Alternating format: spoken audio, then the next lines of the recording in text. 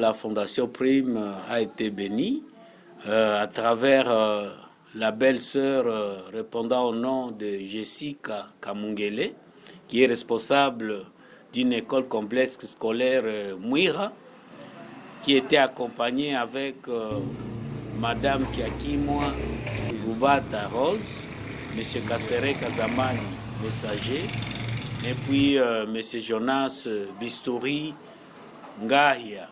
Alors, c'était vraiment une surprise, car dans leur paquet colis, ils étaient accompagnés avec plusieurs choses qu'ils auraient mis à me déplacer orphelins, pygmées, déplacés de guerre, dont nous disons grand merci. Qu'est-ce qu'il y avait au juste dans le véhicule?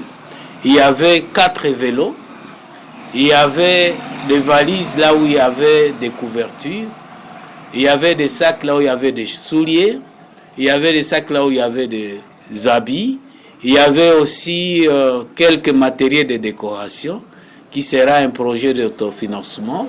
Vraiment, ça a été une grande surprise parce qu'il y avait même de l'huile et nous disons vraiment merci, merci, grand merci.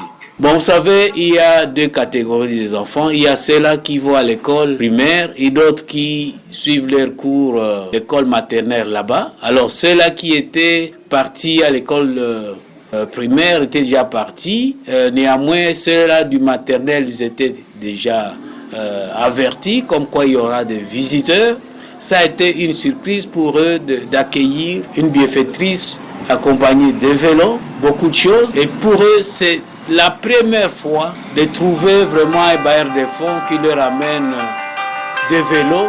Ça sera une histoire qui restera éternellement dans leur cendre. Justement, aujourd'hui, les enfants n'avaient pas à manger. Ils n'avaient pas à manger. Alors, dans leur paquet, il y avait aussi du riz, le sac de riz. Et aujourd'hui, les enfants vont manger du riz. Nous disons merci.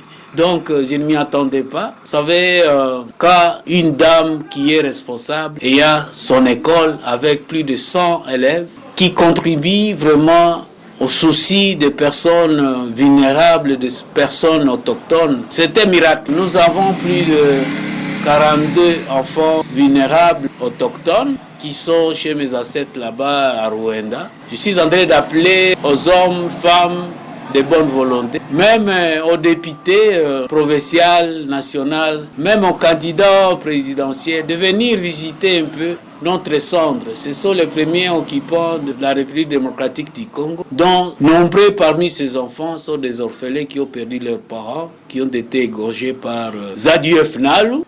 Nous disons paix aux âmes de leurs parents, donc nous avons besoin de partenaires qui peuvent nous aider à donner la vie à ces enfants.